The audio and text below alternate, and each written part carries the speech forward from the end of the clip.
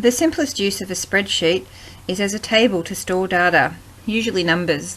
Spreadsheets are also used to perform calculations like a calculator, as well as statistical analysis, which is more complicated than what most calculators can do. Spreadsheets are useful for presenting data in graphs. There is more than one spreadsheet program. One of the most common is Microsoft Excel, but spreadsheet programs can also be found as part of Google Apps and also Office 365.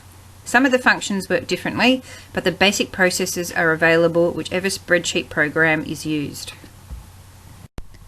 In this lesson, you will learn about the main features of spreadsheets, how to enter data into a spreadsheet, and how to write simple formulas to perform calculations with that data.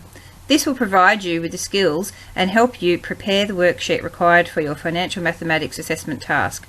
You can pause this slideshow at any time while you work on your own project and also rewind to watch any sections again.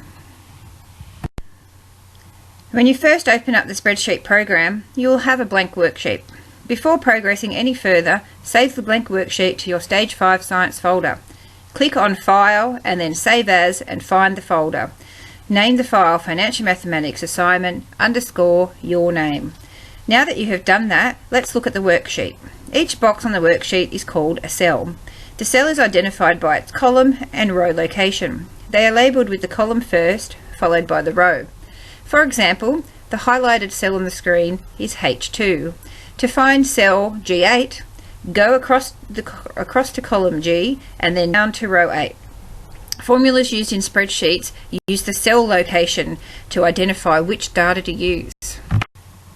We're going to start filling in the spreadsheet. Click in cell A1 and type flat rate loan and then push enter. You will notice that the text overhangs the cell size of A1, so we're going to merge some cells in the top row for the heading. Click and highlight cells A1 across the row to cell G1. Across the top of the screen, choose Merge and Center, and then these cells will become one. Starting in cell A2 and going across the row, enter the titles Item, Maths Symbol, and Value. You will notice that cell B2 is not wide enough for the label. To adjust the cell width, place the cursor between the headings of column B and column C, and the cursor will change into a cross with 2 outwards arrows. Double-click the left mouse button and the column will auto-adjust the width to fit, or click and hold the left mouse button and drag the column with the cross. Continue to fill in the spreadsheet, adjusting the column size if required to get your spreadsheet to be the same as the one shown. You may like to push pause now so you can get this done. We are now going to learn how to write a simple formula. In Excel, a formula always starts with the equal sign. That is how Excel knows it's going to be a formula. We enter the formula into a cell and the spreadsheet will display the answer to the calculation in the cell, not the formula. We are going to change the interest rate shown as 10% in cell C4 into a decimal to be displayed in cell D4. Start by clicking on cell D4 and type equals C4 /100 as shown and push enter. The formula tells Excel to divide this data in cell C4 by 100. The / means divide by. Cell D4 should now show 0.1, but if you click on the cell you will see the formula displayed in the box above the spreadsheet.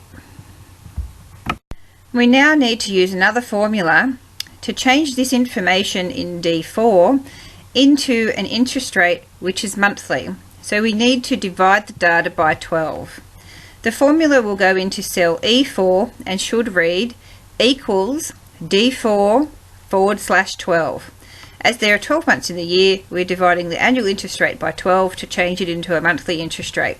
Click enter and then go to cell D5. To make our formula for calculating the interest on our loan work okay, we need to have both the interest rate and the time periods in the same units. In this case, the units is months. How many months are there in 3 years? We can get the spreadsheet to calculate and display this. In cell D5, type the formula equals C5 *12. The star tells Excel to multiply the information in cell C5 by 12. After doing this, go to rows 9 and 10 and type in the content as shown. We need another formula now in cell C10.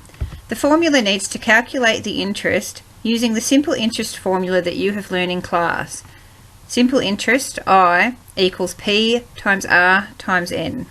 Have a go at writing this formula yourself using the cell identifications B10 for the principal, E4 as the interest rate, and the number 1 for the time period in the formula. Push enter, and if you wrote the formula correctly, you should have the results shown. If you don't have the results shown, check your formula. The next step is to calculate the amount owing on the loan at the end of the month. To calculate this amount, we need to add the interest for the month to the principal and then take off the $200 repayment that we have made. See if you can have a go at writing a formula to do this calculation yourself. Addition and subtraction are indicated using the plus and minus signs on the keyboard. The correct result is shown on the next slide. As we are dealing with money, the final task we have left to do is to format the cells which contain numbers so they only show a maximum of 2 decimal places. To do this, right-click on a cell to be formatted. Choose Format Cells and Number from the menu. It will automatically have 2 decimal places as the option. Click OK and the cell should update to the preferred format. Go through and change all of the numbers to 2 decimal places as shown. You now have your spreadsheet ready and set up for the next lesson. Save your spreadsheet and email this version to your teacher for marking. You are now ready for the next lesson.